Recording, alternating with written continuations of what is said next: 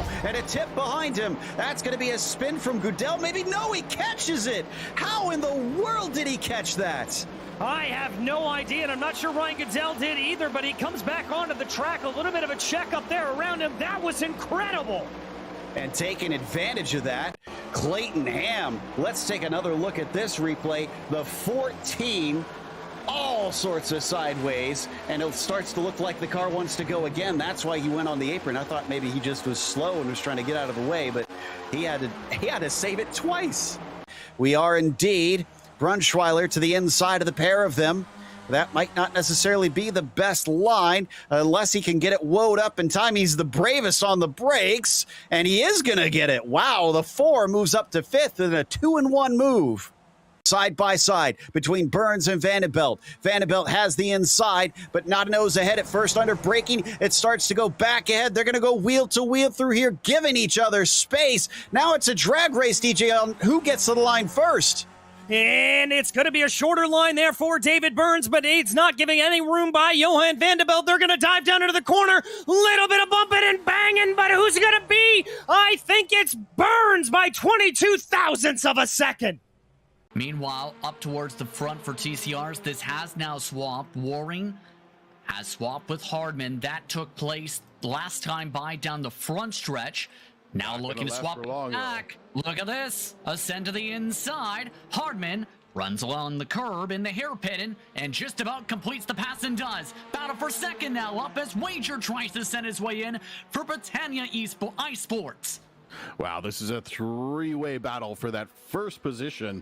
All these guys are fighting for the lead. This is 3 wide. Really nice 3 wide going into Cunningham around to Collier. I can't tell who's going to make it out of this in front of this whole pack, but it looks like it's going to still be Hardman. Andrew Hardman doing a beautiful job to hold on to the lead there. He's been slowly working his way up through the field. I wouldn't have expected it there. Brown maybe thinking about it. 2 for 1. Wow, great heads up by Johnson, who sees him coming and gives him space, and great braking by Travis Brown. I didn't think there was any way that he managed to get side by side. Nor did I, but he runs wide there, and that's going to open up the door back for Jeffrey Shulam. Wheel to wheel, fighting for the 9th position, and it looks like Shulam might have it. Travis Brown cutting back underneath. He's going to fight back on Jeffrey, who's had his hands full for just about the last 5 laps in its entirety, and unfortunately, once again, he is snookered around the outside of Sayat.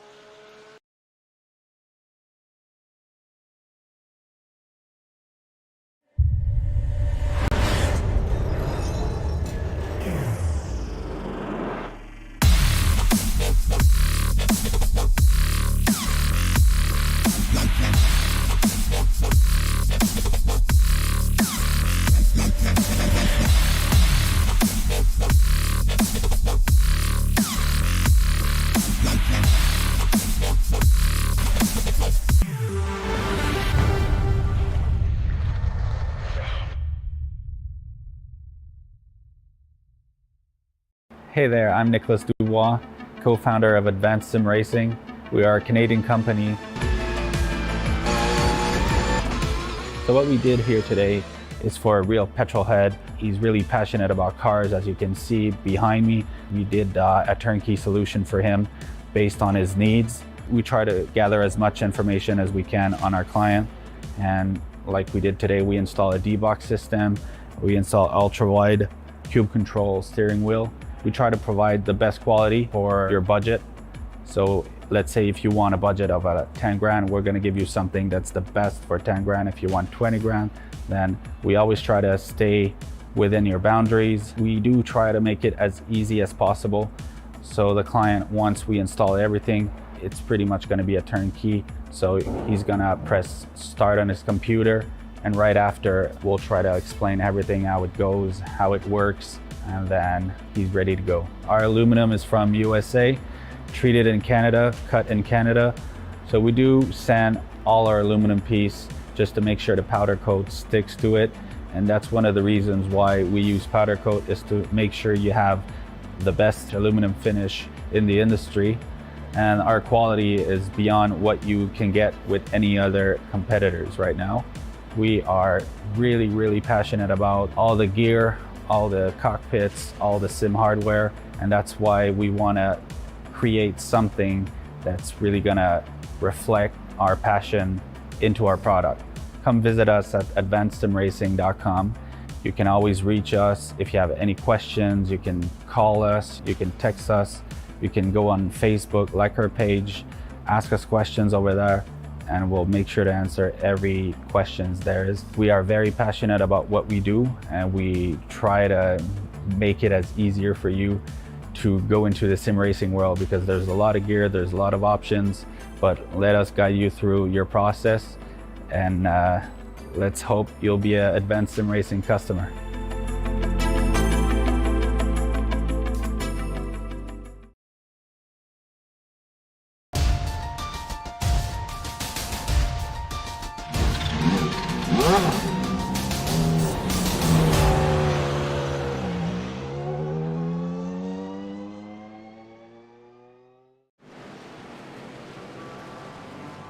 Last round was a left field challenge for the drivers of this series on a long and winding road course. Surely some of them will be grateful that we're firmly back on the oval side of things, but how will the field fare at a track that hasn't made an appearance on the schedule in quite a while?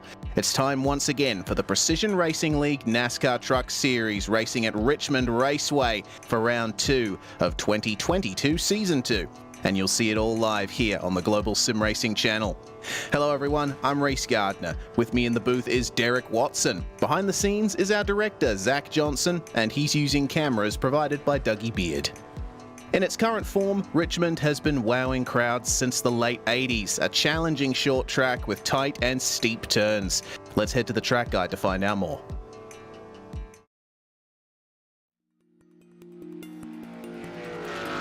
Welcome to Richmond Raceway.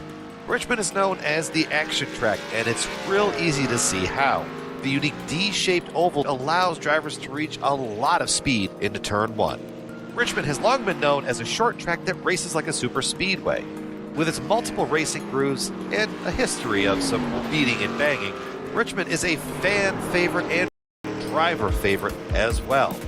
The Little Virginia short track has 14 degrees of banking in the corners, with 8 degrees awaiting the drivers on the front stretch. No matter what vehicle you drive here at Richmond, tight in the center is usually what you end up fighting the most, based around the fact that drivers are carrying such high speeds into the corners each and every single lap. Now, the best drivers would be the ones that you can be seeing working the brake bias to adjust as the track temperature changes. If you find yourself racing in the baking Virginia sun, corner exit will be your worst enemy. The sun comes up, brings those track temperatures with it, the grip level at Richmond absolutely plummets. Richmond has been around for quite a while, tracing its roots back to the beginnings of NASCAR. With a recent renovation, it's proud to be a NASCAR for quite some time, which isn't a bad thing if you ask me. This has been our guide to the Richmond Raceway. Sit back and enjoy the show.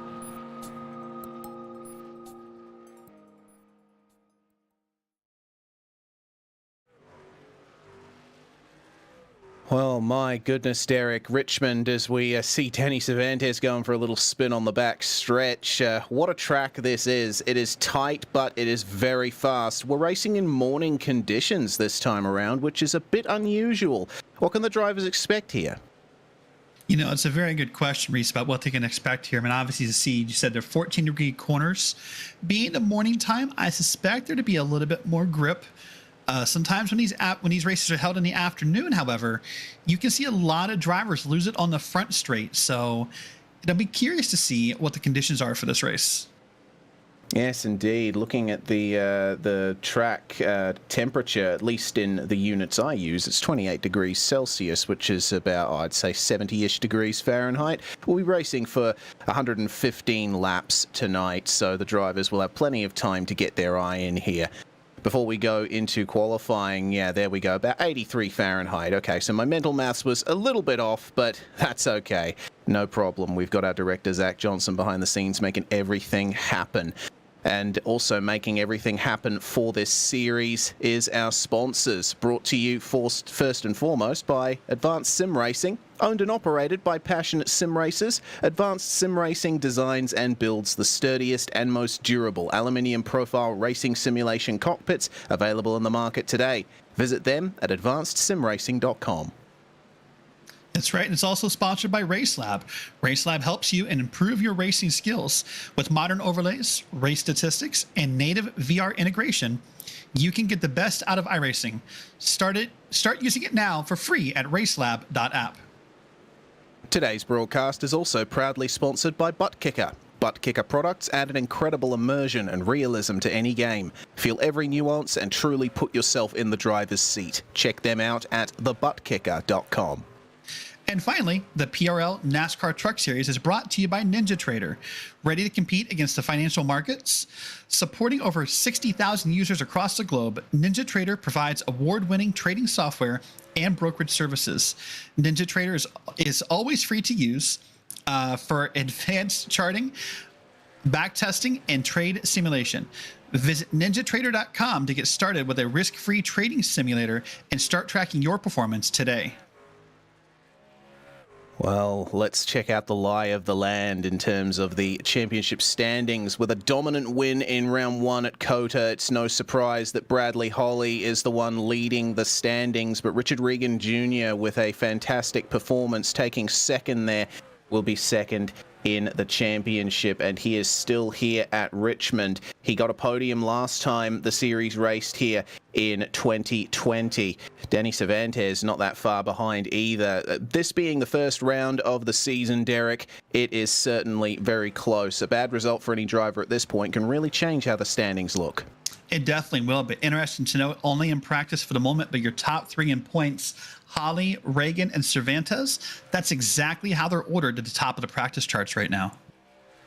Very interesting to hear. In terms of the team points, well, Bradley Holly with Waterback Overdrive Racing carrying that team along with his teammate to first place in the standings. Again, it seems that the standings are quite close here at the first start of the season, but Waterback is the team in form right now. As they've always been, it's going to be hard for the other teams to try and go up against them.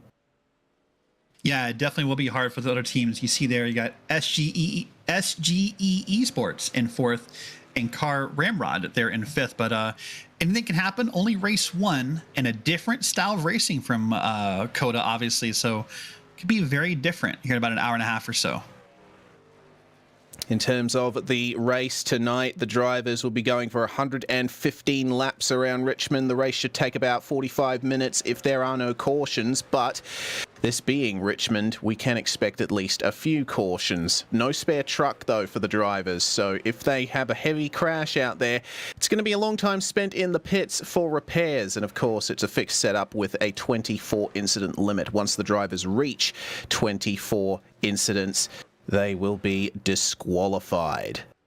Well, the drivers now at the end of the practice session, and seems to me that, as you mentioned, Derek, Bradley Holly, Richard Regan Jr. and Danny Cervantes right up there at the top of the standings and doing quite well, but the times are incredibly close around here. This track's 3/4 of a mile long, which means there's not much margin for error around here. As you can see, the track is nice and wide. Should allow for some good side-by-side racing around here, but you did mention that curved front stretch. Trying to get the power down out of the final corner is going to be quite a challenge for the drivers here. Yeah, you know, that will be a challenge, getting down on the power. Your instinct is to want to slam that pedal to the floor and go, but if you do it here, you're likely to have some problems keeping the car straight without a wiggle. The other challenge here, though, as you said, only 3/4 of a mile. So any incident in front of you is dangerous, but more so any incident behind you quickly becomes in front of you. There's not a whole lot of space here before you find the wreck that happened right behind you. It's really tricky around here. Indeed, if the field spreads out a bit and there's a wreck at the back, then the drivers at the front might well be in danger, and that exit onto the back stretch is going to be a huge challenge as well. It's a completely straight back stretch, which means the wall comes up at you incredibly quickly. Well, the practice session is now over, and we'll be getting ready to jump into qualifying very shortly. Bradley Holly having the form in practice. How will he fare in the qualifying session? He's usually the form driver in this series. He is the reigning champion, taking the 2022 Season 1 title. And it begins, and interesting to see that Bradley Holly is one of the first drivers out on track. Usually he's out in about the middle of the session. He's looking to get his times in nice and quickly here. Yeah, we're going to take a look at his lap here, and you're going to watch him get ready to take that green flag and see if he can hold on. I mean, last week he had an impressive run at COTA, took the pole, won the race, had an impressive day. He's just hoping to repeat that performance. You saw he went nice and high in the last couple of corners, and oh no, that first lap has not gone very, very well for Bradley Holly. His tyres are cooked now. He's going to have to jump back into the pits, get a fresh set, and he'll only have one opportunity to get a lap time down. That is an interesting thing to see from Bradley Holly, but first few times will be coming in very shortly. Here we are then. Mark Kalin running the fastest time so far, 22.141. We saw drivers in the high 21s in practice. Skip Gandy has gone P1 now, 22.116. He's pipped by Jeff Evans. Gandy falls to third as Colton Lane goes to second. And my goodness, Ricky Barbary there, the first driver into the 21s. Barbary was fourth in practice, so he's carrying that form well in qualifying. Let's see what Bradley Holly can do. He's come up to the end of his first lap now, it seems. And, well, there we go. To pole position by 0.04. That's incredible to see. You go from the frustration of looping it around, like we talked about could happen, to then setting the pole. That's just an incredible performance. Indeed it is. Car 247 of Zach Panzarella making his way towards the start-finish line, 22.5 there for him. Looks like around the vicinity of Brendan Chatley, they might be at the rear of the grid. Nicholas Delp was a driver who really shone at COTA, put on a fantastic drive. He's gone to P6 now as Danny Cervantes slots into P2. First lap from Richard Regan Jr. makes him go to P6 to 22.030. That's yeah, that is almost a tenth off Bradley Holly at the moment. Let's see what he can do. Adam Shane, though, in the number 79, one of a few drivers here who haven't set a lap time yet. What will he be able to do? 22.16 is the time that he'll set, down to P16 then for Adam Shane. He'll be hoping to make up some of those positions in the race. He definitely will. You know, we'll talk for a second about this league. Look at the talent in this league and how close it is. Look at the difference. I mean, you're down to, what, 9th or 10th place before you get even a 10th of a second off your qualifying time. These guys are really talented at what they do. Looks like it was an improvement for Adam Shane. In fact, on that second lap, he's gone up to 14th now. Good stuff there. With a minute 40 left in the session, we do still have a few drivers out on track, but it seems 6 drivers not qualifying here tonight. Richter, Griffiths, Austin, LaBaff, Young, and Witt not setting times. The drivers are running a fixed setup here tonight, but if you want to up your setup game, make sure to check out our sponsor here at GSRC, the Majors Garage, home of free Baseline Plus setups. Get help from any of the garage coaches 24/7. Sign up now for awesome, affordable monthly subscriptions, telemetry, coaching, and more at majorsgarage.com, or use our special discount code MajorsGSRC for 10% off. We have a link in the description below that directly applies our special offer. Looks like Mike Richter is out on track now in the dying moments of qualifying, and a lap here only takes 20 seconds, but as he comes up to the line, it looks like he might only be able to get one of these laps in. It's all on here for Mike Richter. Let's see if he can get a good time in on this one and only lap that he will get nice and smooth through turns 1 and 2. And a pretty good exit out onto the back stretch. He wasn't using the entirety of the road. He stays middle of the road for the final corner. And up across to the line. Where does he go? It's going to be a 22.351 for him, and that puts him down in 26. So that makes 31 of our 36 drivers to set qualifying times here at Richmond Raceway. It's the end of qualifying. Hard cut there. Banished back to the pit lane is Mike Richter, and we'll go through the grid now. The first row is going to be Bradley Holly and Danny Cervantes. Excellent performance from the Waterback team. Ricky Barbary and Daniel Knight will start on row 2. Ryan Goodall completes the top 5 alongside Richard Regan Jr. in 6th. Nicholas Delp is going to start 7th alongside Jeff Evans. Then it's Thomas Sink and Colton Lane who round out the top 10. That's right. We're going to take a look at row number 6 here. You got Skip Gandy and Eric Papineau. Row 7 is Clayton Montgomery and Adam Schoen. Row 8, Mark Klein and Charles Sumner. Row 9, Austin Hunter and Ryan Trevor. And in row 10, Adam Zenke and Jim Westerfield. Good top 20 there. 21st is going to be Jose Medina. He starts alongside Nicholas Hunter. Then it's Clayton Curry and Dylan Schmidt on row 12. CM Pennington and, of course, Mike Richter, who we saw at the end of qualifying, taking up row 13. Then it's Zach Panzarella and Dalton Guy on the 14th row. Stacey Hunter and Brendan Chatley round out the top 30. Our grid is going to be rounded out by Barron Hilton, the last driver to set a qualifying time. Then it's Mike Witt, Dustin Griffiths, Adam Young, John LaBaff and Garrett Austin, rounding out our 36 truck field at Richmond. This is a nice bumper grid. We usually see 30 plus grids at the start of a season here in the PRL NASCAR Truck Series. And this many trucks around such a tight circuit, I'm expecting tight racing at the very least, but maybe that pace car waiting to pull away at the front of the field might make a few more appearances tonight.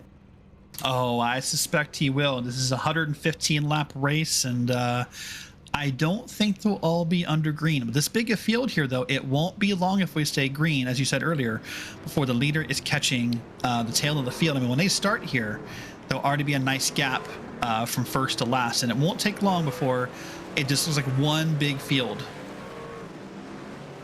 Indeed. There's 2 formation laps here at Richmond because it's under a mile in length. That gives us plenty of time to check out the drivers on the Zoom cameras here tonight. First of all, Charles Sumner, who had a fantastic finish at COTA. He's been upping his road racing game as of recent and started off the season very well. Adam Young also in there with his direct drive wheel. Let's see what he can do as he discusses strategy with his teammates and spotter. Austin Hunter on cam 3. You can always tell it's Austin Hunter, his number and his name huge behind him.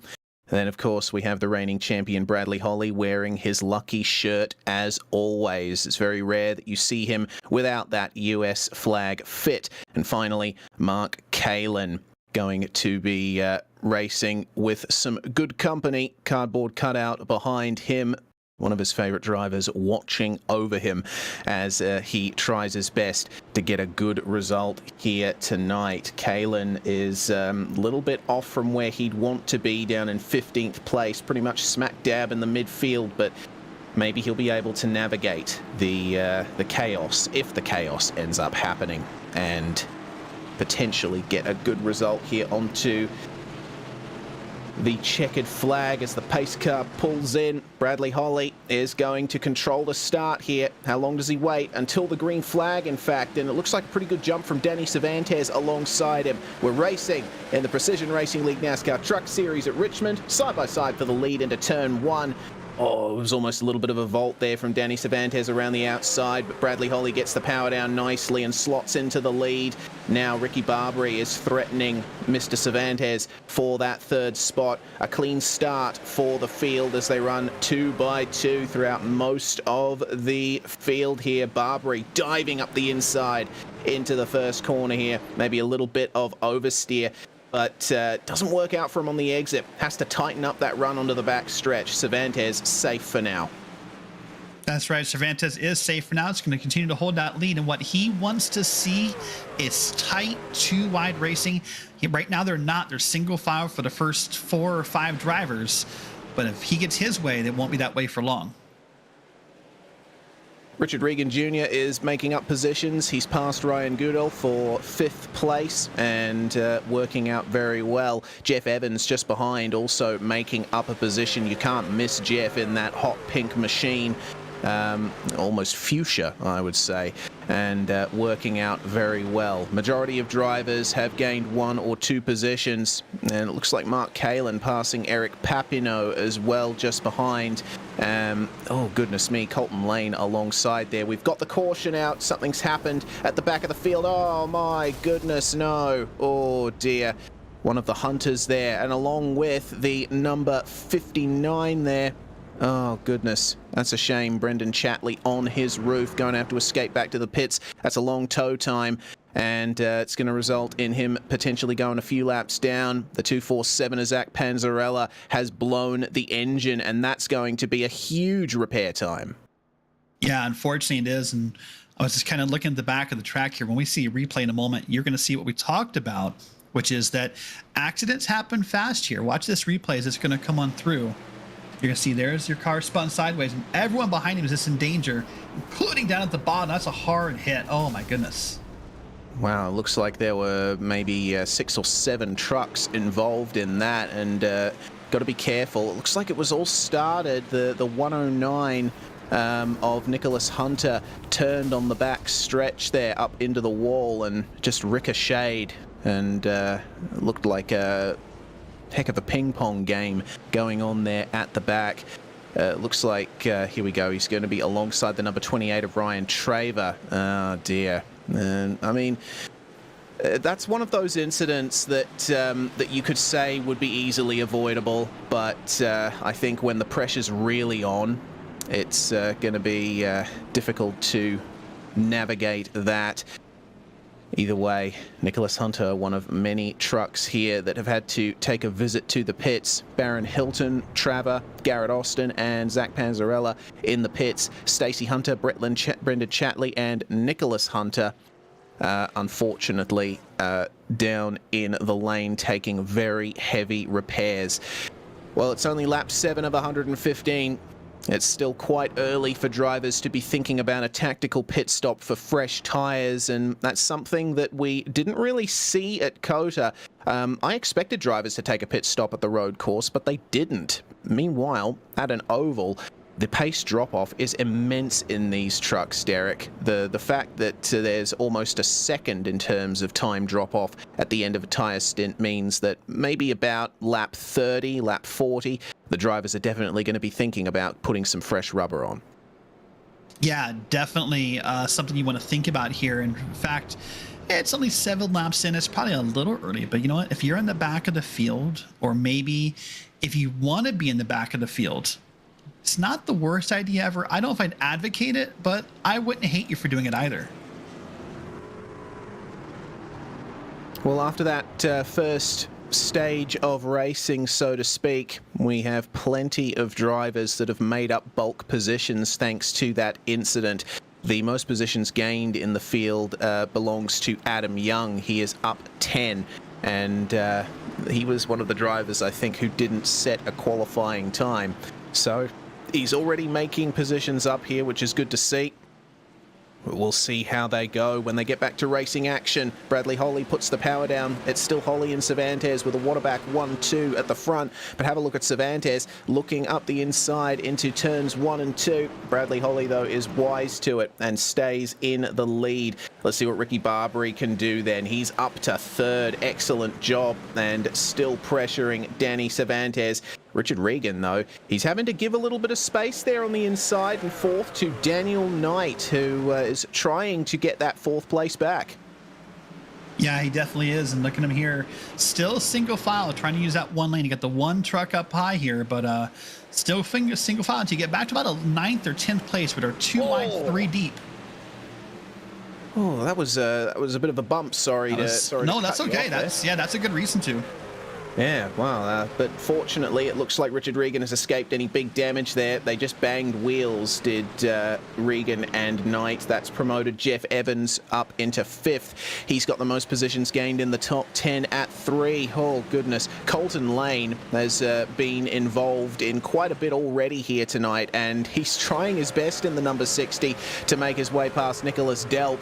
But Delp with the wider line on the exit, getting the power down a little bit earlier, and having as straight a truck as possible. Oh yeah, that's 3 wide, and we got a car spinning. That's the number 20 is Skip Gandy, and that's brought the caution back out. All right, well, caution number 2. We were watching Colton there, and then right behind me, you kind of saw it creep into the camera view, depending upon how you were looking at it. You just saw the car come up, and it kind of goes sliding. That's not the way you want to do that. Certainly not. Looks like Gandy has escaped without too much damage from that. So only slightly bruised at the end of it. We'll check it out here towards the back of the field. Looks like, oh, that was the 62 of Kalen that made contact with Gandy on the exit of turn 2. And oh dear, looks like another truck involved in there too. Oh dear, that was Austin Hunter in the 312. He had to try his best to get himself up there. On board from Kalen. Oh man, how would you call that? They were 3 wide actually going into the corner, so I'm not sure there was much more there that that he could do. No, in fact, that's just a question of patience, in my opinion. Like, yes, you can make that move, but we're, 10, 12 laps in. You need to ask yourself, do I want to or do I need to make that move? And then sometimes this is how you end up because of it, and it's just not where you want to be, 14 laps into a race. Looks like the number 12 of Dylan Schmidt was involved in that too. We've got mini trucks in the pits at the moment, mostly at the back of the field. Number 20, Skip Gandy, leading the way out of the pit lane. Only a 5-second stop. Made sure to get some slight repairs done, maybe a little bit of fresh rubber as well. We got Eric Papineau, Austin Hunter, and Ryan Traver still in the lane. Looks like Papineau just exiting his box. It was a 31-second pit stop time. Oh, interesting to see that CM Pennington in the number 44 has come down into the pits from about 17th position. One of the drivers, I think, looking to get a fresh set of rubber on here for the middle phase of the race. Yeah, I'm just taking a look here on pit road. He is taking tires at this moment, so we'll see if maybe he wants to be comfortable in the back or what he's doing. But yeah, tires on lap 15 here of this race. Interesting decision. We'll see if it pays off for him at the end. Garrett Austin. Got to get going here, though. You see the pace car on the outside. Yes, indeed. They'll fall a lap down if they don't get out of the pits in time. It looks like Garrett Austin is definitely going to do that. He's in the pits getting some damage repaired, I think. But CM Pennington has made it out of the pit lane ahead of the pace car. Only just, though. Goodness me. It was barely a couple of car lengths between himself and the pace car. But he's made it out. He's a bit slow, though, on the back stretch. Not too sure what's going on here for CM Pennington. He can pick up the pace and go around to the rear of the field if he so desires, unless he's deciding to come back into the pit lane for some reason. No, he misses pit entry and is starting to pick up the pace. So there we go. He'll go through to the rear of the field, and we can get back racing pretty shortly. Lights will go off on the pace car, I believe, once they cross the start-finish line, and we'll get ready to go green. So the state at the front here, Derek, it's been the Holly and Cervantes show for the time being.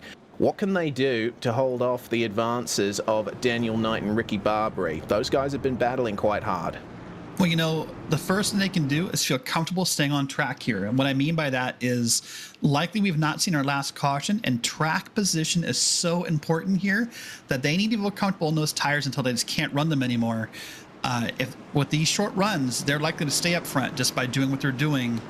And as long as they don't get side by side and race each other, that'd be the only way they'd be at a disadvantage. Final corner then, pace car in. Bradley Holly's going to take the start again, and it's a good jump from him this time. Cervantes won't be able to slot fully into second. He's got Barbary alongside his rear quarter, and into turns 1 and 2 they go. Barbary up into second for the briefest of moments, but a little bit of wheel spin on the exit, compromised exit onto the back stretch, gets Danny Cervantes back into second place. Side by side, meanwhile, between Knight and Regan once again, and they're battling hard with Jeff Evans there. Evans on the inside into the first corner here. Oh, look at that. That pink truck is down in there, wants to try to make the pass. Got a little bit of help from the 95 behind him as they head down here into turn number 3. Looks like Evans went nice and deep into the final corner, but it's not going to get him past Daniel Knight just yet. Side by side across the line, and Knight was just ahead coming into turn 1. Straightening up the exit nicely on the outside, but the more they run side by side, it's just allowing the top 3 to get away as they make side by side contact. A slight bump there for Jeff Evans on Daniel Knight. That allows Richard Regan right back into it. It's a full-on fight here for 4th place back. It really is, and you said what I was thinking out loud. We talked about don't get side by side. Look at Holly, Cervantes, and Barbary. Now, gap they've already put on the 4th and 5th place because they're single file. Oh man, that's just tight racing all the way around. Yeah, have a look at Colton Lane here. He's got all the world in front of him. The black and yellow number 999 of Nicholas Delp trying to work his way past 2 trucks here. Ryan Goodall is the one in front, just behind Clayton Montgomery, who's had a pretty good run in 2022 so far. He'll be hoping to keep that position in the top 10 here at round 2. Still running side by side for 5th place now. It looks like Daniel Knight has managed to clear Jeff Evans, and it seems the same is true for Richard Regan. There we go. Oh, but just in time, there is a caution. We've got a truck spun up in turn 1, and it looks to me like that is Adam Young. And Young has had a pretty rough race so far. Looks to me like it was heavy contact with Eric Papineau, and when we go to the replay to check out this move, I would say that the move for position by Papineau was optimistic, to say the least.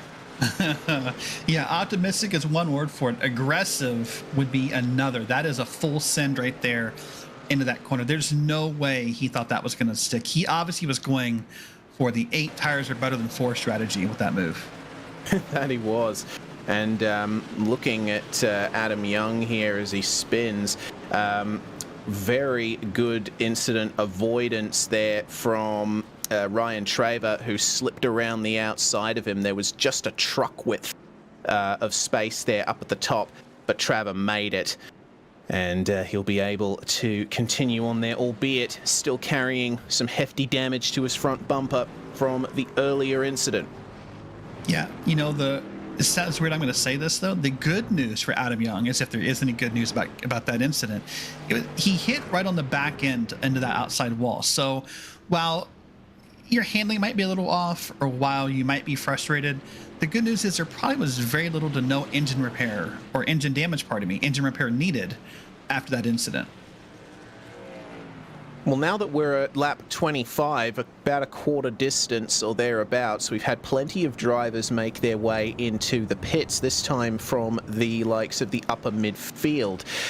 Nicholas Delp is one of the drivers that has gone in there. We also had the likes of Jose Medina, Clayton Montgomery, Charles Sumner, and Adam Zemke as well. And Adam Young going into the lane now after recovering from that spin. Probably going to get a slight bit of damage repaired if he deems it necessary, but definitely fresh tyres for Adam Young. He knows that he's pretty much at the back of the field now. Thanks to that incident, he might as well get some fresh rubber on the truck and try and stake his claim in the mid-race. Yeah, you know, it's very true. I see here, it looks like our top 11 have not pitted yet. So there's the magic number of guys who think track position is valuable. Of course, the real hard part, though, is when you are that 11th guy, now you start to doubt yourself. Like, man, did I make the wrong call? Should I have gone? And you start to really have a little bit of self-doubt, and you get nervous because now you know that you're the first guy these new tires are going to walk right on by. It can be an uncomfortable feeling sometimes. Yeah, so Eric Papineau there behind the 11th place truck, the number 35 of Jim Westerfield. Westerfield, it seems, going for that track position strategy. He's up 9 positions from where he started now.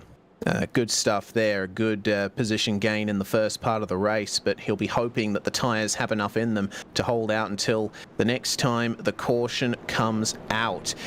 There's a new most positions gained driver, actually 2 of them. John LaBaff down in 23rd and CM Pennington in 13th, both gaining 12 places, and they have both pitted at least once here. LaBaff pitted when the caution came out, but CM Pennington, remember, he pitted under the first caution, so his tyres are quite a bit older than everyone behind him, save for Mike Richter and Dylan Schmidt.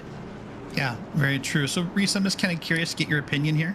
If you are Bradley Holly, Danny Cervantes, or the top 5 even, what would make you want to take tires right now, if anything? If I was involved in a crash, if I was involved in the crash that brought out the caution, then definitely I would take tyres. But so far these guys have kept it clean as the pace car comes in and they deem track position. The order of the day, we go green once more. It's not as good of a start from Cervantes this time, still being shadowed by 3rd place coming into turn 1, and it looks like Ricky Barbre executing that restart very nicely. Unfortunately, doesn't work out for him there on the exit. That's an excellent run around the outside from Daniel Knight. He was fending off Richard Regan, and now he's going to try his best to put the power down and get it done on Barbre here. Fantastic racing for the last spot on the podium. How are they going to work this out? Oh, it's probably a little bit of contact, I'm guessing, is how they're going to work it out, or at least really close racing. But one thing to look, you see in the back of some of these camera angles, that black and yellow Meineke truck. Eric Papineau, new tires. I'm curious to see how well those work out. Indeed, Papineau's tires are about 13 laps younger than everyone around him. Clayton Montgomery is starting to make up time as well on the fresh rubber. Still running side by side though for 5th, Richard Regan, Ricky Barbre and Jeff Evans, all up in each other's business, and the same could be said for these guys in the midfield. You got Thomas Sink in the orange and black machine just up ahead of these guys. Ryan Goodall and Adam Shane battling hard, and it looks like they've sorted themselves out maybe a little. Goodall is doing very well to hold that outside line, and it seems here at Richmond, as at most ovals of this length, the outside line is where you want to be. Yeah, it definitely is. You definitely want to track out and get that momentum off these corners.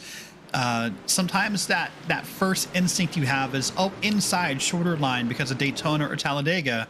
But it's different when you have to factor in for speed and acceleration. This outside line definitely does carry more momentum around the track. It looks like single file is now the order of the day. In the top 10, we still have some drivers trying to stake out some side-by-side racing. Clayton Montgomery and Eric Papineau, battle of the drivers that have pitted.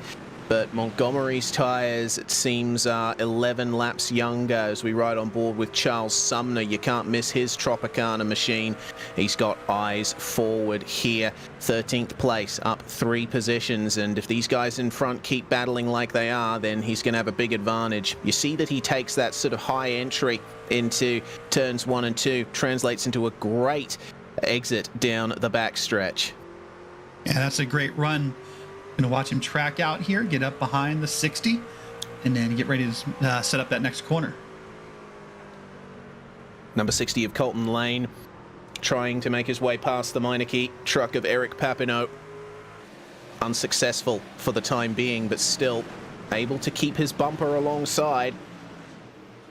It seems that Papineau has secured it there through the final corner. Hopefully we get a little bit of calm in this race and don't see another caution, see how these drivers will work themselves out in a long race stint.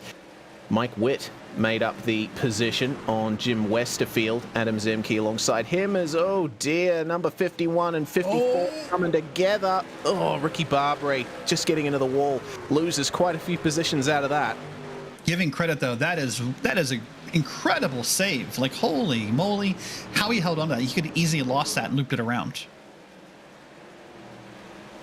Well, now he'll be hoping for another caution, potentially, to get some of that track position back. He's going to harass the back of Colton Lane here, now down to 12th for Ricky Barbary. And he's got Charles Sumner right behind him. Sumner has made his way past Nicholas Delp.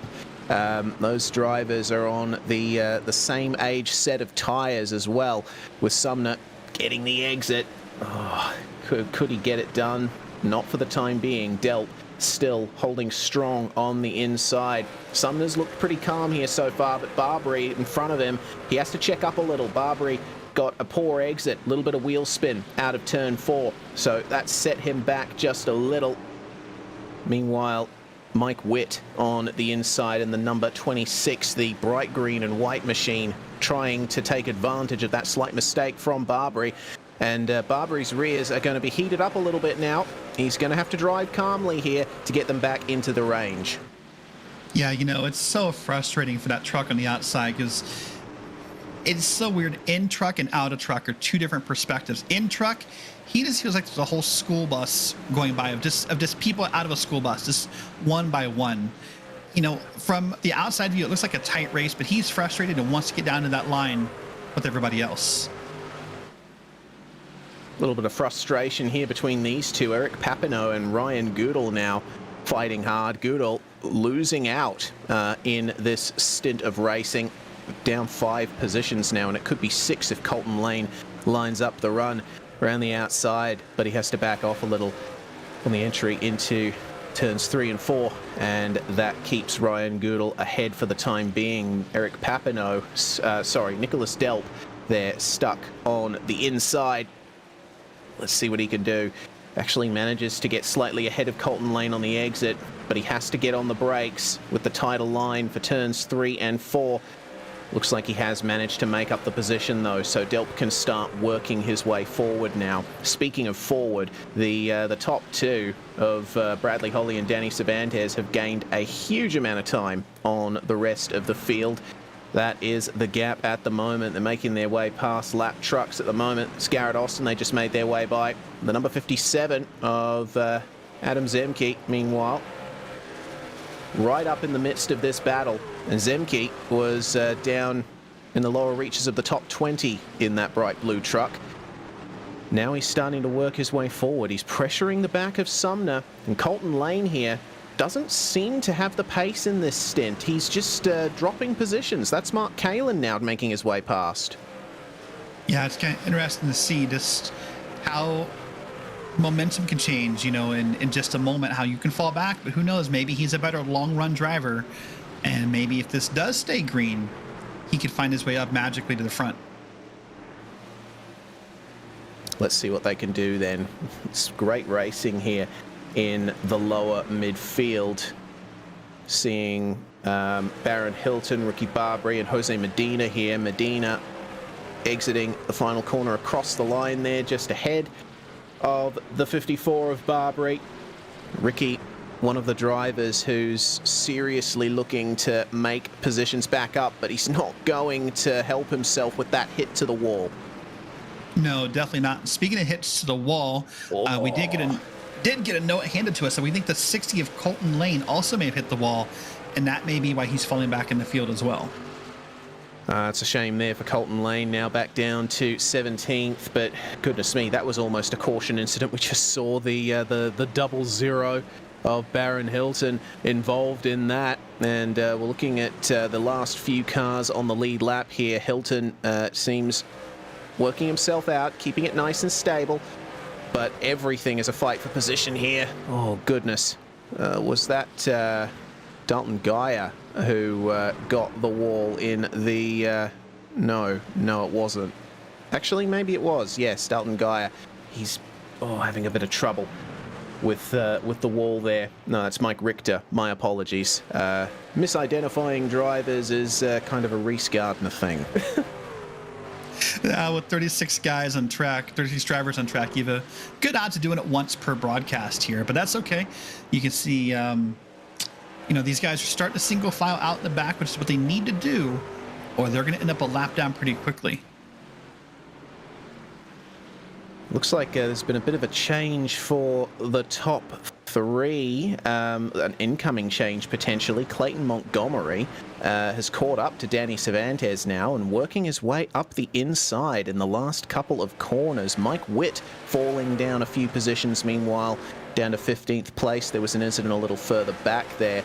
And, oh, goodness me, this is quite the pack of trucks we're seeing. It's headed up by the machine of Jeff Evans, and it's a long train of cars all the way back down to 15th for Mike Witt. Adam Zemke, though, still trying to work his way up gradually, up 5 places here.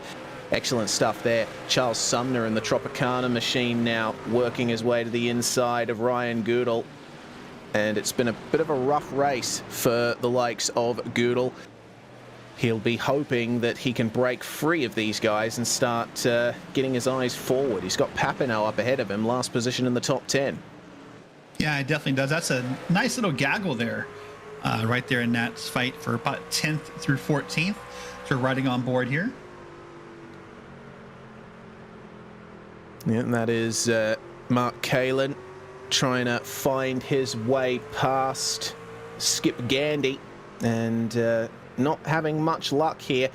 Getting some good runs down the straights here, but Gandy, it seems, has got the power down very nicely on the inside. He's making this very difficult for Kalin. That's going to potentially give an advantage to Zemke and Witt behind, and Sumner not having the best exit either. This is going to be interesting. Oh, we got the caution back out again. Looks like there's been crash at the back of the field, and it looks like Ricky Barbary might have been one of the drivers involved. Yeah, it looks like Baron Hilton was the truck that brought out the caution, and it was rear end contact from Barbary. Yeah, let's have to wait and take a look at it here. Not sure what happens here. Wait till you see this. You're gonna see Hilton up here with this green tail and just gets bumped and just loses the truck. I mean, I don't know if that's just a speed difference or someone was impatient or what happened, but that was a hard hit into the outside wall of one. Yeah, I think Barbary was expecting Hilton to go a bit harder into the turn. It was it only looked like a small tap, but it would have been a lot bigger from Baron Hilton's perspective and inducing a tank slapper into the wall. He tried his best to recover the truck. Here's the onboard from Barbary then. We'll see what happens here. Barbary thought about going to the inside. Oh yeah, that's an interesting incident there. I think Barbary thought Hilton wasn't going to come back up, and I think he thought he had the outside clear. And by the time he realized that that wasn't the case, it was just too late to get in the brakes. Well, no surprise to see that everyone in the top 26 positions has made their way into the lane, and who's going to win the race off pit road is the question. Ryan Goodall jumping in there and into 4th now, but that will work out a bit lower once everyone else completes their stops. Oh, have a look at that. Cervantes stopped for quite some time there. He is losing a lot of time there, is Danny Cervantes. What is going on? 25, 26? He's going to be in the lane for, in the box, sorry, over 30 seconds now. Something's gone very wrong for Danny Cervantes. That's very curious. I want to see if I can take a look back here and find something. I mean, he got passed by Montgomery about, 5-6 laps before the yellow, but I have not seen any indication he's damaged. Very odd for Danny Cervantes, and ultimately he falls down the field to his car number, 25th position. That is a big shame for the guy who was running nice and strong in P2 over the course of the first half. Makes me wonder, Reese, if that was a driver pit stop, if you know what I mean. Potentially. I mean, these races are only short, so I would expect you'd be able to get everything done that you need to get done in terms of personal care before one of these races. But still, interesting to see there from Cervantes. So the top three now are Bradley Holly, Clayton Montgomery, and Richard Regan Jr. Clayton has been working these cautions very nicely. He's up 11 places from where he started. He really is. And, you know, right before that yellow came out, I was about to start a conversation with you about how some drivers are more comfortable in short and long runs and positions gained during that run. Montgomery seemed to really favor that long run. He made his way all the way up to second. And I'm going to be interested to see how this restart goes for him.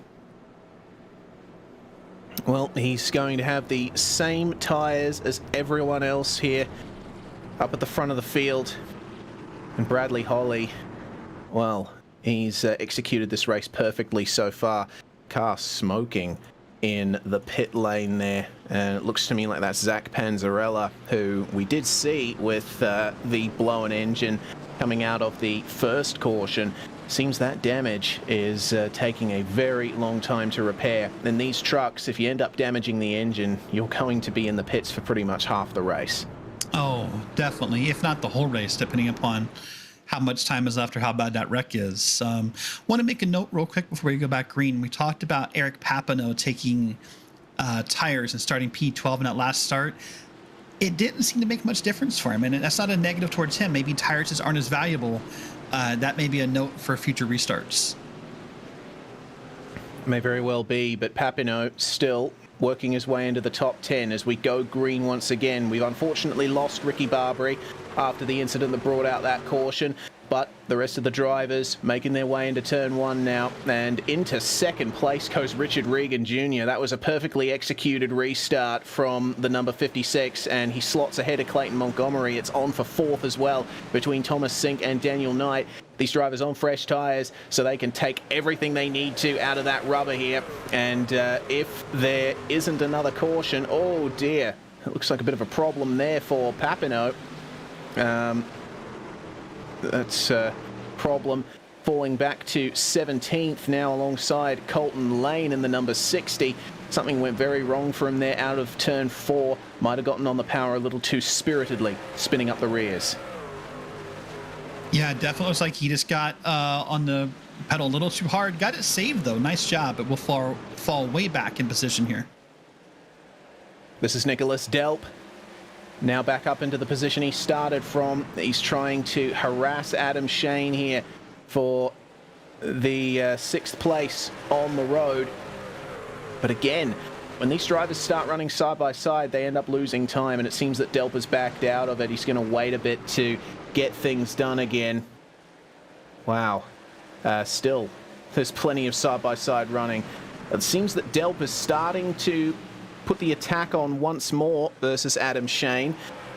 Evidently confident that he can try and work his way forward.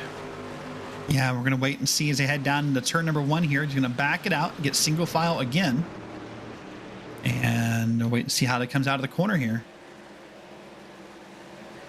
Just behind Mark Kalin and Ryan Goodall, trying their best to sort out their position.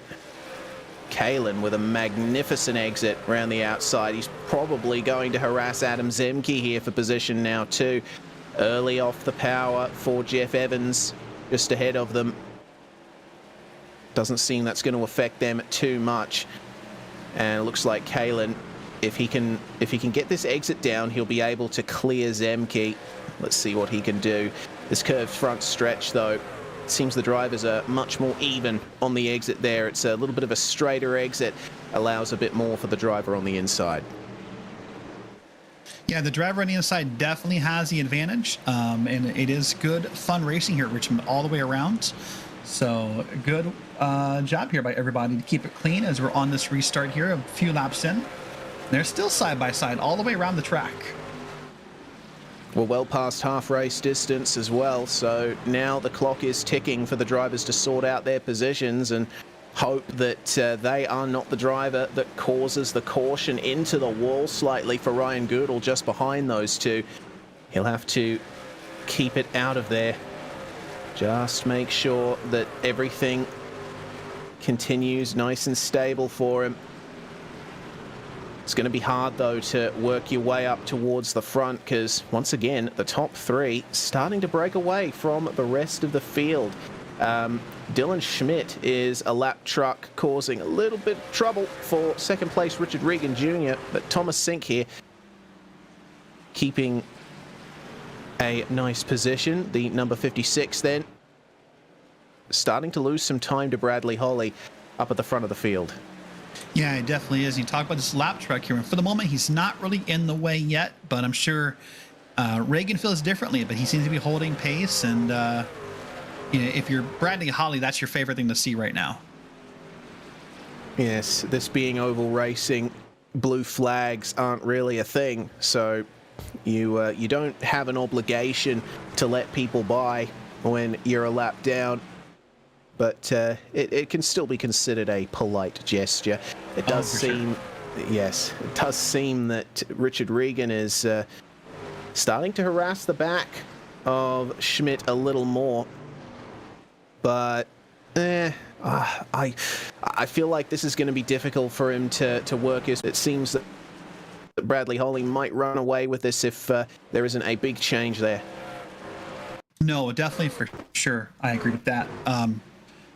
You know, what's going to happen here eventually is if Reagan gets there and he thinks Schmidt isn't moving, he might encourage him to move. But he's just not close enough yet for that to really be of concern yet.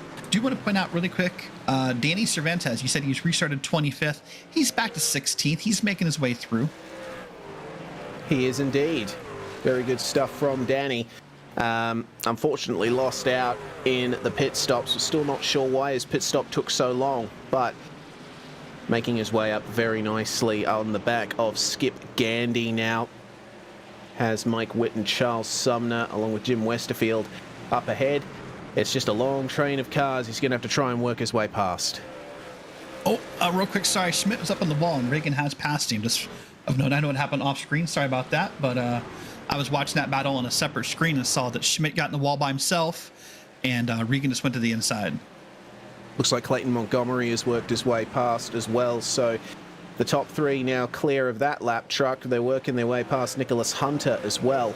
Hunter, one of the cars involved in the crash that brought out the first caution and is still carrying some hefty damage to his front bumper. But we look at Thomas Sink here, up into 5th now, started 9th. This is a nice, consistent race for the former champion of this series. Yeah, it's been a really nice, consistent race for a lot of people so far. I mean, we've had those couple of cautions, but a lot of good racing here, a lot of clean racing. I mean, we've had those couple big wrecks, but this is overall a very good job by everybody. That was a big oversteer moment for Thomas Sink coming into turns 1 and 2. Rear end got loose on him, almost opened him up to an attack from Adam Shane, but he's gathered it up nicely. Has lost a bit of time to Daniel Knight, though. In terms of lap times, well, the Bradley Holly is setting the pace. Fastest car on track last lap and holds the fastest lap of the race at a 22.2. But his last lap was a 23-second time, and the tyres are 22 laps old now, so that gives you an idea of what the pace difference is like when you get further into a stint. These tyres end up falling off the cliff very fast. They really do, and as you read those lap times, we saw this on the barely edge of the screen. You saw Sheen's really is all over Sink here and got right into his quarter panel a little bit. And they both wiggled and backed off, but I don't think this battle is over yet. No, certainly not. Thomas Sink, with that loose moment, will have overheated his tyres a little. Just going to have to drive smoothly and consistently now to work his way further forward, and it seems he's doing an all right job of that. We did briefly see Danny Cervantes as well. He is still side by side with Skip Gandy coming into turns 3 and 4, but Gandy entering a little bit hotter and getting the position defended nicely. But Cervantes, we know how skilled he is. Took his first ever Precision Racing League Oval win last season. So Cervantes just keeps getting better and better race by race. And look at the power down from Cervantes. He is gaining quite a bit on the exits of the corners. But again, once you get side by side with someone, you're going to be side by side for at least a lap. Oh, yeah, for sure. Unless you're willing to back out or something happens, you're going to be there for a while. This is not a track like Bristol or somewhere where you can make a quick pass. So, be prepared. It's quite the gaggle of cars ahead of Danny Cervantes here, the likes of Sumner and Witt ahead of them. Looks like Thomas Sink then actually making the move on Adam Shane and Daniel Knight as well. Sink now up into 4th, and he's got a bit of a gap ahead of him to Clayton Montgomery, but if another caution comes out, that gap will be eliminated. Yep, that definitely will be the case here. Want to see what's going to happen here, but it's interesting to talk. Man, these guys are going wide through there sometimes. We're about to hit a longer run here again, and that's why Cervantes is doing well. We've seen Cervantes be able to conserve tires in previous races. You talked about him winning that race last year. Montgomery's another candidate who's someone who's proven to us he can conserve tires. I'm excited to see this stay green and see who makes some moves here and what they do with it.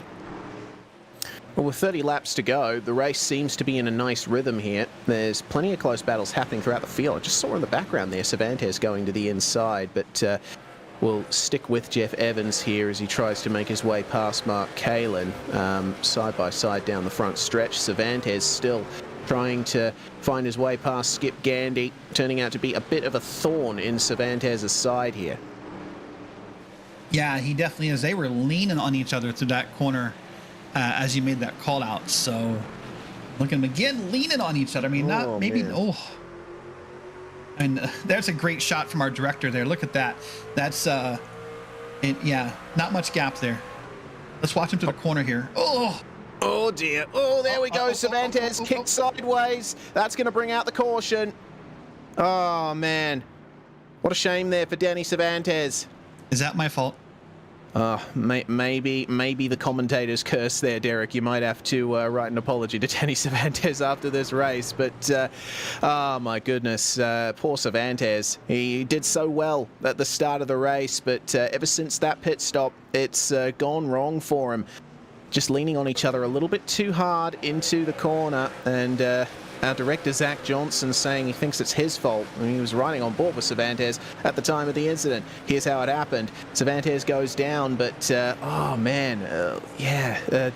other truck was going a bit high into the corner. I think Cervantes was expecting him to cut more towards the inside. Yeah, and that's just a product of that race, and they were both really leaning into it. Like, neither one was exactly innocent here. So sometimes when that happens, that's the end result there. Well, number 20, Skip Gandy, he had a truck in front of him on the inside. I think that's why he decided to go middle of the road.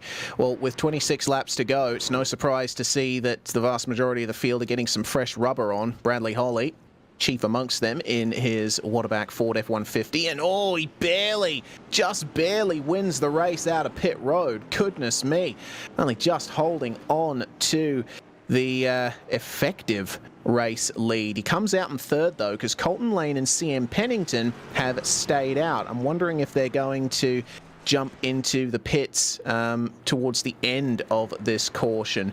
But it seems, for the time being, that's track position for these two. You know, it really is, and it's an interesting strategy. I mean, these guys were running mid to back of the field before this caution, so they really have nothing to lose by this strategy. It makes you wonder what happened, though, because obviously they're just going to get swallowed up by this field. So we're going to wait and see what happens here. Well, we have seen that it is very hard to make a pass stick here at Richmond, so that's probably what Colton Lane and CM Pennington are relying on. They've got Sorry, go ahead, Bruce. No, you go on. I was going to say one thing I want to point out now to keep an eye on, though. If this stays as it is, we come around pit lane again, they're still staying out. Tire spin. That's the key for this restart. These guys, Holly and Montgomery and Reagan and Kalin are going to be new tires. They're going to want to punch it and go. Tire spin's going to be a real problem up here for first and second. This could be a really tricky restart. Certainly could. Either way, it's going to be quite tight. And Bradley Holly is going to have to be quite decisive in his moves.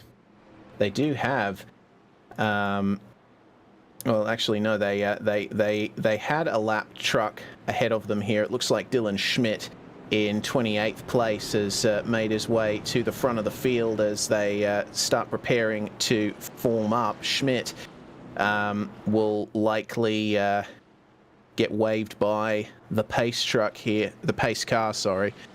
And it actually, yeah, there we go. He's been released. So there we go. Our top positions in the race will start with each other. Dylan Schmidt coming round to the back of the field, still on the lead lap, which could be crucial if there's another caution in the last few laps here. We'll be coming up on 22 laps to go when they cross the line. Now, you mentioned tyre spin. Colton Lane and CM Pennington, those rears will not be in very good shape on those trucks, and Colton Lane already has some damage here on his truck from previous incidents. Bit of a rub to the right-hand side, so we'll see how long it takes here for the fresh tyres to work their way past. It's an excellent jump from Colton Lane as they go green. CM Pennington was caught sleeping on the restart there. Bradley Holly up into second into turn one, and there goes Mark Kalin into third, and having to stay high is Mr. Pennington, and he is absolutely getting swamped by the field, but Colton Lane, he managed to hold on to the lead for a bit longer. Oh no, big spin there. Oh, goodness gracious. That was Clayton Montgomery. Man, he'd worked his way up through the field, and then this whole restart was crazy. I'm curious to see the replay of what happens to him here, but that's unfortunate for Montgomery. Looks like 3 wide was the cause of it. As we go to the replay, you'll notice Thomas Sink lining up the inside here of Mark Kalin, and Kalin says, okay, I'll stay middle of the road, but Clayton Montgomery thinks, well, I can just go down to the inside. No, unfortunately you cannot. No, you cannot. And I want to say real quick, that is a great job by the rest of the field. Watch this as they're gonna make contact here. Montgomery's gonna hit the wall. Watch the rest of the field behind. They're too wide. Oh, so close, but look at them all get by this. That could have been way worse. This could have been just a junkyard in the corner if they weren't careful. Very good incident avoidance by the drivers here in the PRL NASCAR Truck Series.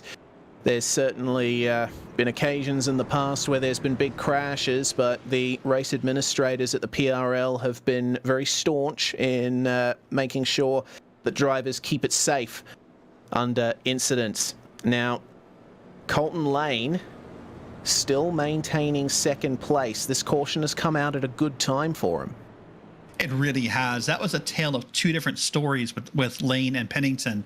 Lane, of course, controlled the restart. He got to go. Pennington missed the restart. I mean, he actually got bumped from behind by Reagan on that restart because he just didn't go. So very, very different restarts for those two gentlemen. Lane now has another opportunity to give his tyres a bit of a rest, and they are very tired tyres at the moment. But Bradley Holly back into the lead, and if Colton Lane makes it difficult for Richard Regan Jr. to get by him, then that would be victory secured for Bradley Holly. This is a position that the 184 has been in many times before. Front of the field at the final section of the race, and just trying to hit his marks. Yeah, definitely so. You know, one person who benefited from that quick yellow was Dylan Schmidt. He stayed out to get a lap back on that last yellow. We saw him go by at the one to go. He now gets to pit and put new tires on. So he, in a way, is a beneficiary of this yellow and is happy to see it, even if other people aren't. Indeed he is. Those tyres 33 laps old as he makes his way into his pit box. We also see Austin Hunter making his way down into the lane. Hunter's tyres were only 2 laps old, so it seems to me he's just looking to get some fresh rubber on there. Already a lap down, so not going to work out too well for him there. He won't be able to get his lap back with 18 to go. And we'll just remind everyone that the drivers only get 4 sets of tyres in this league. The set that they start on, and then 3 more after that. So the drivers who have pitted 3 times already will be on their final set of tyres. Bradley Holly, though, still has another set if he needs it. But with so little to go in the race, I don't think that's going to be a problem for him. No. Like you said before, unless some incident happens, I think Bradley Holly's pit crew can go ahead and pack it up and head off to the next track. John LaBaff had a black flag, but it has been cleared by the race admins, so he is clear now, and they can focus on the restart, what we hope will be the final restart here at Richmond. These morning conditions have certainly resulted in some interesting racing. The drivers being able to take advantage of those cooler track temperatures. Bradley Holly goes for green. Colton Lane again not able to get the power down on those old tyres. He falls back to third. Richard Regan now, he knows it is time to start pressuring Bradley Holly. This is going to be an interesting finish here. Let's see if Holly can get it done. Yeah, you know what's going to happen here in this restart is this whole lane's going to want to go to the bottom because Colton Lane cannot get that power down, and they're all going to try to get under him and by him as fast as possible. Look at contact. That was still almost... saved it. No yellow. Oh, Sumner. Oh, goodness. Oh, that is huge. Many trucks involved. That is the junkyard that you were talking about before, Derek. It was all started by Sumner getting a big slide on and clobbering the pit dividing wall. Sumner, he went to avoid that incident up ahead, but unfortunately the rear end got away from him. I mean, it really did. I mean, that started ahead of him. That started with Daniel Knight, I believe, is the first car involved here. Let's look at the replay here. Yeah, we'll check it out. Yeah, it was Daniel Knight and Adam Shane making contact. Sumner dives down to avoid, but then the car goes one way and then the other, and tumbling over there is the number 24 of Jose Medina. That was quite the roller coaster ride, and it's ultimately destroyed his engine. Yeah, that'll be the end of the day for a few different guys here. I'll tell you, though, that ride with Daniel Knight, you know, he saves the car, but that's a scary ride. It looks scary from the outside of the car, but when you're in the car and your car's wiggling like that as well, that's scary. But yeah, I mean, this is an unfortunate wreck here. It's going to take out Sumner and a few other gentlemen. Watch this ride here. All right, so ends up coming up and it's the wiggle, the wiggle. Got it, I got it. You know, that's what he's saying to himself. Whoa! How close was Sumner to coming back up into him, though? Oh, so close. I mean, that's just one of the scary moments where you're holding your breath and you're just hoping it doesn't happen. Well, now that we only have 13 laps to go, Colton Lane is well and truly committed to finishing the race on the set of tyres that he's on. He's now behind Thomas Sink, just rounding out the top 5. Still a good position for Lane to be in, especially with the dramas that he suffered earlier. It definitely is. And something to point out here, we talk about lap counts here. 115 laps, but this race is also time limited. And that could end up playing the factor in to finish this race at this point, rather than laps remaining. We're going to keep an eye on it. Yeah, races in the PRL truck series are time limited to an hour. We've been racing for about 55 minutes here.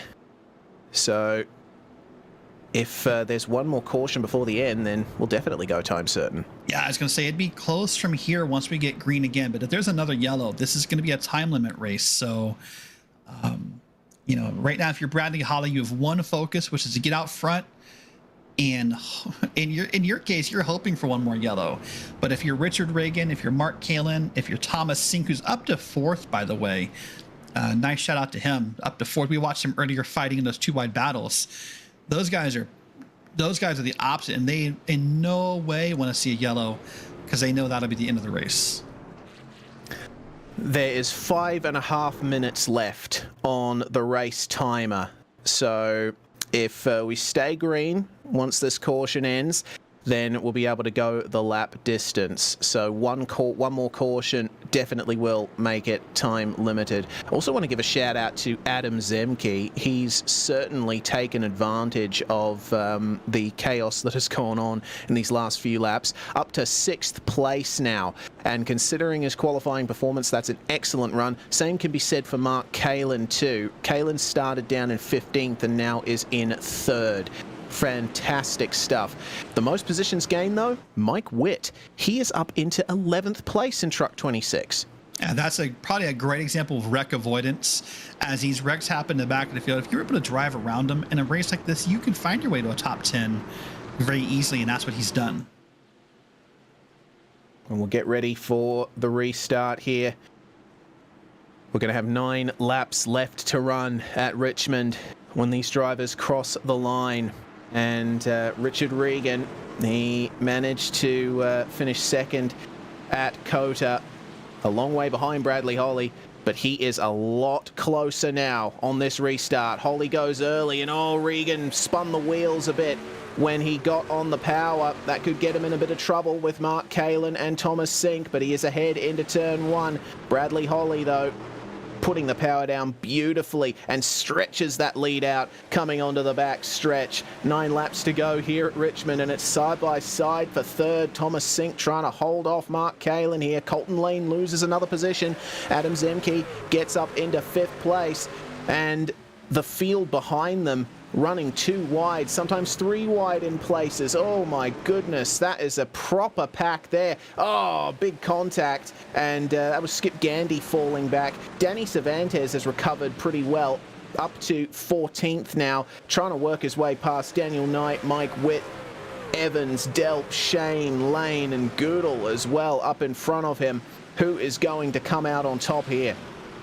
Yeah, it's a great question. Right now we're watching Reagan once again racing down Bradley Holly. It feels like this has been the story all race long. But Sink now up to 3rd. We'll see if he can provide a different... Oh, caution. Oh, there we go.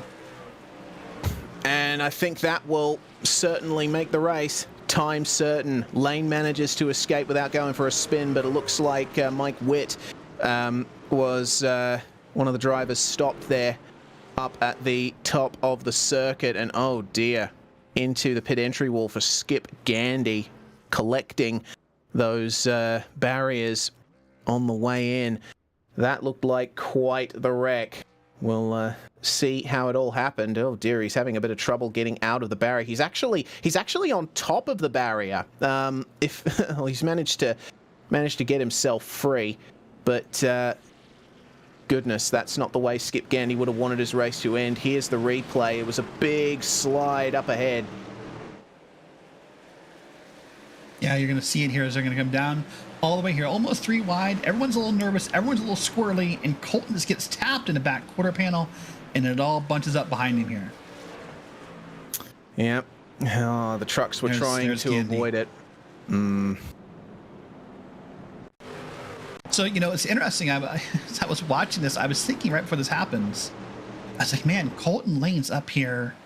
We questioned that pit decision, but I mean, even this is not a case of old tires. This is just him getting tapped and turned. But he was all set for a great finish off that different pit strategy. Cervantes took great advantage of it. Excellent avoidance from him, and worked his way up into the top 10 now. Oh, goodness. See that dive to the inside from Cervantes actually went below the yellow line, and wow, he almost collected Colton Lane there. That hitting the passenger side door there is super hard and sudden. That it is. Skip Gandy coming to a very quick stop there.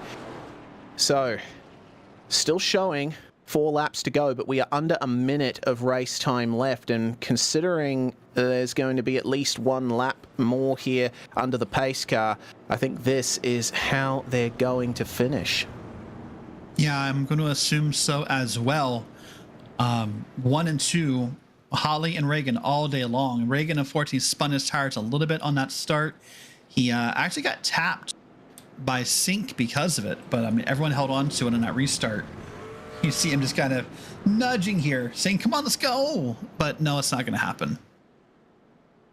No, it ain't. And there we go. Pace car lights still on. 15 seconds to go on the timer. And when they cross the line next, that will be the official race finish.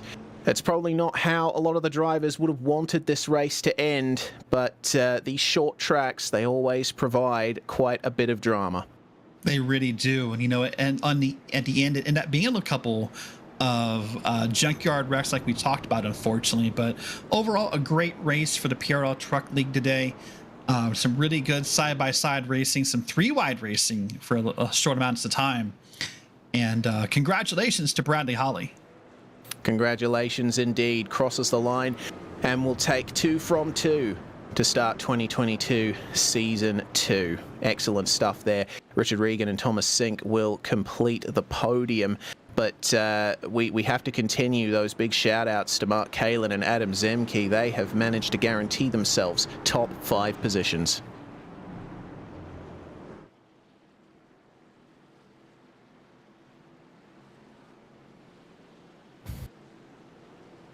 Well, the timer has run out, and they will form back up for a run out of the final corner, but I think that is the race result well and truly decided at this stage.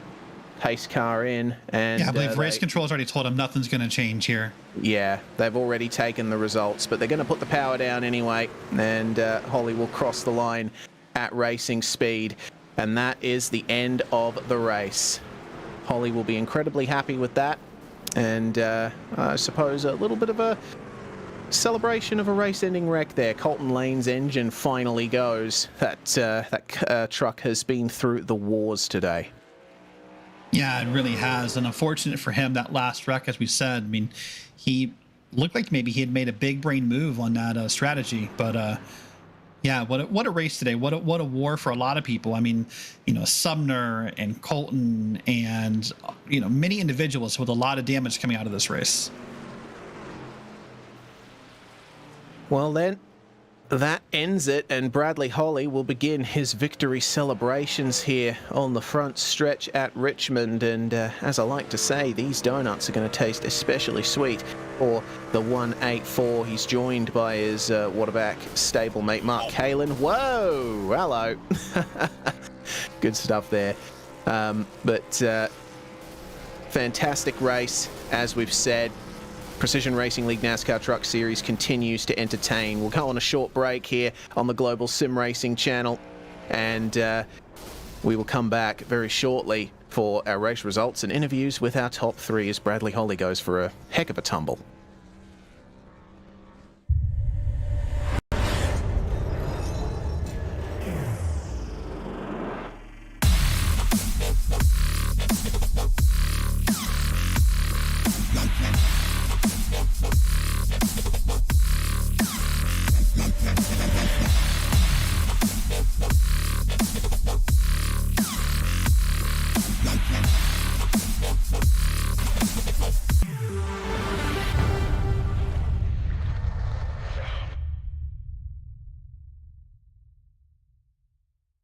Hey there, I'm Nicholas Dubois, co-founder of Advanced Sim Racing.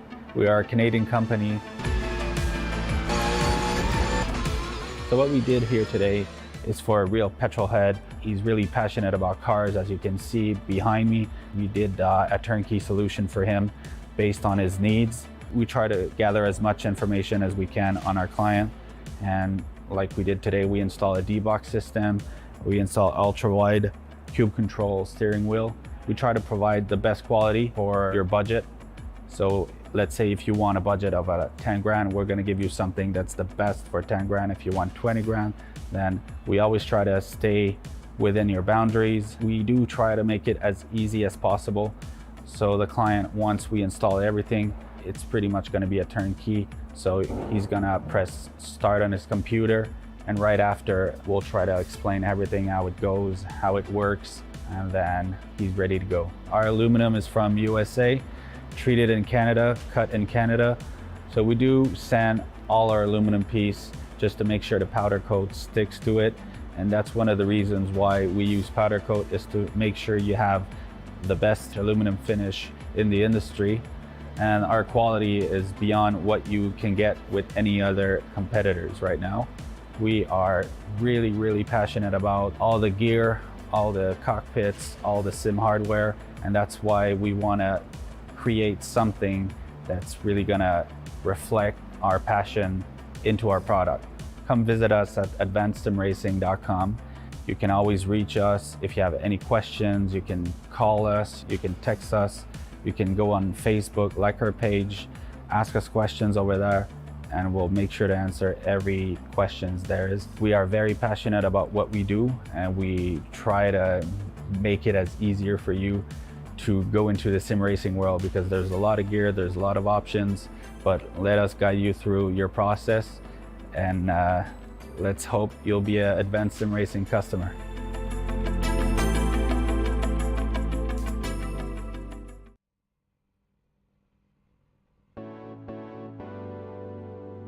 Well, cautions decided the order of the day here at Richmond for the Precision Racing League NASCAR Truck Series. Bradley Holly in the 184, though, supreme at the top of the field. Richard Regan Jr. continues his strong start to the season, was second, and Thomas Sink up 6 to third place. Mark Kalin and Adam Zemke gaining 11 and 14 positions apiece, and they will complete the top 5. Ryan Goodall holds on for a 6th place finish. Nicholas Delp finishes where he started in 7th. Adam Shane working his way up into 8th. Danny Cervantes, after an abnormally long pit stop, managing to avoid the race-ending wreck and work his way back up into 9th, with Dustin Griffiths rounding out the top 10, up 23 places. That's right. P11, you got Jeff Evans. Mike Witt, impressive run, plus 20 today. He's in 12th after starting 32nd. Jim Westerfield up in 13th. John LaBeouf up in 14th. And you got Colton Lane, Eric Papineau, CM Pennington, Ryan Traver, and Clayton Montgomery, and Daniel Knight rounding out your top 20. A lot of interesting stories to go through there. Knight was running in the top 10 for the majority of the race. Mike Richter is going to finish 21st, with Dalton Geyer just behind him. Dylan Schmidt, the last car to finish on the lead lap, and unfortunately involved in a wreck late on there. Adam Young is going to come home 2 laps down. Same goes for Skip Gandy. Austin Hunter in the 3-1-2, 3 laps down. Austin comes to the finish as well. Clayton Curry 9 laps down. Jose Medina, unfortunately, involved in a huge wreck in the middle of the race, along with Charles Sumner. They unfortunately retire from this one, rounding out the top 30 positions. Nicholas Hunter will go for a retirement as well. Big shame for Ricky Barbary too. Very unfortunate incident with Barron Hilton, and elected to retire. Hilton classified behind him. Then it's Zach Panzarella, Brendan Chatley, and Stacey Hunter rounding out our field. Chatley and Hunter barely made it a few laps into the race. So we can take a look at our top 4 now here with the interviews. And the first joining us is, of course, Bradley Holly. Well, Bradley, it looks like winning is the order of the day for you here at the start of 2022 Season 2, the win at Cota and the win here at Richmond, but it was a lot closer this time. Yeah, absolutely. Short track racing. It was definitely a little bit tougher today, and strategies played a factor tonight, and that wasn't a bad race. This is the first time we've raced at Richmond in about 2 years in the PRL NASCAR Truck Series. What went into your preparation for this one, considering it's been so long? Honestly, I didn't really do much practice yesterday or Monday. I did a ton once the league session went up, and kind of had a game plan on how I needed to drive the truck, and when we needed to pit to have tire advantage. Well, we go to Martinsville next week, continuing the short track run. Last time we raced there were plenty of cautions. Are you expecting more of the same this season? I sure hope not. As a league, I'd like to see us grow from having 8 cautions at a short track. But it's the paperclip. It's a lot of heavy braking going into a very tight corner, so there's going to be some incidents, and I'm guilty of causing wrecks there myself. So hopefully everybody gets plenty of practice and have a very good run. We're hoping the same. Well, before we let you go, Bradley, who would you like to thank for your win tonight? First off, I'd like to thank you guys. Y'all put on a great show every week for us, and I always enjoy rewatching our races. Everybody in the PRL for putting this league on, and all the organizers for having to manage everything and get the leagues as even as possible. And last off, all the guys in Waterback, we practice week in and week out trying to figure out what we need to do to be up front and put on a good show. That's Bradley Holly there, race winner, maintaining his championship lead in 2022 Season 2. Next up, we've got second place Richard Regan Jr. continuing his strong start to the season, stood by with Derek. That's right. Representing Waterback Next Level Racing as our P2 finisher, Richard Regan. Richard, it's got to feel familiar. Just 1 week ago, you finished second behind Bradley. Tonight, you're going to do it again. How nervous or how anxious were you on that last official restart? I wasn't that anxious. I just my ultimate goal was to get a good restart and try to be side by side with Brad going into the corner. But unfortunately, on my 1-2 shift, I spun the tires pretty bad. I got lucky that I didn't wreck. It's unfortunate because I think it would have been a good battle between me and him. Me and Brad practiced a little bit yesterday, and we were running pretty good together, having a good race. So would have been nice to keep the truck a little cleaner. Definitely got some good damage to that thing. There was about 45 seconds of damage on it, so didn't get the cleanest truck, and I think that kind of compromised my long run speed. But also the truck's a lot different to drive. I'm used to the next gen car now, so trying to get back in the swing of things with the truck's definitely challenging. That is definitely a hard transition. Well, at least you were closer to Bradley tonight compared to Coda, but good job overall. As we head next to Martinsville, how do you feel about that? Martinsville is probably my best track, so I'm feeling pretty confident there. I'm hoping we get some good green flag runs at Martinsville, but that's a lot to ask for. I mean, as long as people just take it a little easy, we should be fine. But Martinsville is definitely one of my favorite and fastest tracks we go to, so definitely expecting me to do really good there. All right. Well, congrats back-to-back on P2 in both races so far. Before we let you go, anyone you want to say hello to, thank you, anything like that? Yeah, I got to give a shout-out to Jay-Z Photography for coming on board this season. Neonism Paints, VR Cover, Oculus Glasses, the guys over at Waterback, Frontline Esports. We're doing Road to Pro tomorrow, so I'm going to be starting to finish practicing for that on the open set side of things. And everyone at PRL and everyone at GSRC. There you go. Well, all right. Well, he is the driver of the number 56 machine. That's Richard Regan finishing P2 in this evening's race. An excellent performance indeed. Hopefully there'll be more podiums for him going on through. It is the first podium of the season for the 48 of Thomas Sink, meanwhile, who joins us in the commentary box now. Congratulations, Thomas. It looked like a pretty rough race out there for you. Looking to work your way up through the top 10, but working out at the end. Yeah. I thought I'd have a little bit better of a long run truck. Didn't really feel comfortable on short runs, but after a while, if we can get some laps down, I could get the tires to where I liked it. I was able to hold my own. Yeah, that's just short run just killed me. It was just a little too free for my liking.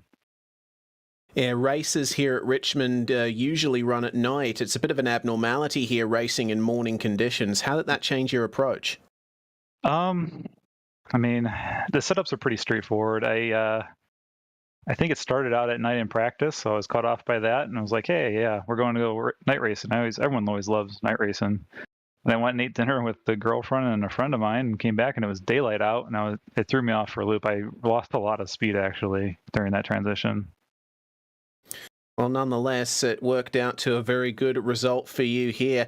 Martinsville coming up next week. What do you expect there? Pretty much what I expect here. A lot of chaos, a lot of yellows. I would like to see the league as a whole kind of look at this as a kind of a black eye and see what we can do to do better than what we have, and hopefully be able to get a little bit more green flag runs. I think I speak for a lot of people when I say it's a little bit more enjoyable if we can get some green flag racing in. I know we got a new group of people, and it usually takes a couple of races for everyone to get settled in. So I anticipate a few people driving over their heads next week, causing a couple cautions. I hope it doesn't, but that's what I'm kind of anticipating. Just kind of short run truck would be what I need to practice. Well, we'll let you get to that practice quick, sharp, Thomas. But before that, anyone you'd like to thank? I'd like to thank you guys. You guys do an awesome job. I love you guys' broadcast. I've been watching other race series, and normally I don't. I've been intrigued by those, so I started watching those.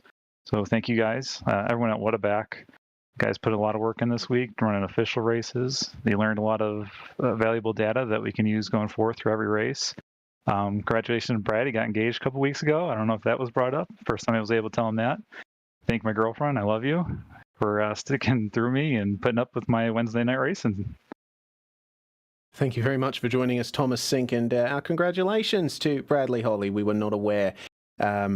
Congratulations to the happy couple. That was Thomas Sink, number 48, entering the box and coming back in now. A great position gain here for Mark Kalin in P4, Derek. Yeah, he certainly is. He is teammates with Bradley Holly. But Mark, great run tonight, P4. Congratulations. How did you feel? You came all the way up from 15th tonight. Tell us about how you made that happen. Well, it definitely wasn't easy. That's for sure. You know, I'm always hard on the tires, so I was definitely overheating them throughout the runs. The real saving grace, honestly, was the 2-tire pit stop I did with 2 or 3 cautions towards the end there. You know, and then the little outbreak of cautions late in the race really saved me with my pit strategy there. But yeah, I was just struggling with the tires for the long run pace, and passing was extremely difficult. So just you had to take it where you can get it. Yeah, definitely so. Well, congratulations. That's a big gain there of 11 spots. So talk to us about that. Talk to us about a little bit that 2-tire stop. What went into those thoughts? Was it just a gamble? Had you practiced it? Like what made you confident in that move? I definitely did not practice it.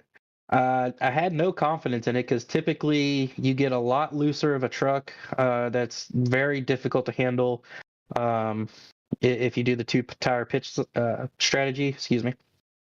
But I did gamble that there was going to be some late race cautions after that stop, and luckily that's exactly what happened, and it paid off big time for me to be able to finish in 4th place. So, well, that's a great run. So next week, Martinsville. So this was short track racing. That's almost ultimate short track racing next week. Mm-hmm. Talk to us about how you feel about it as you hear those words in your ears.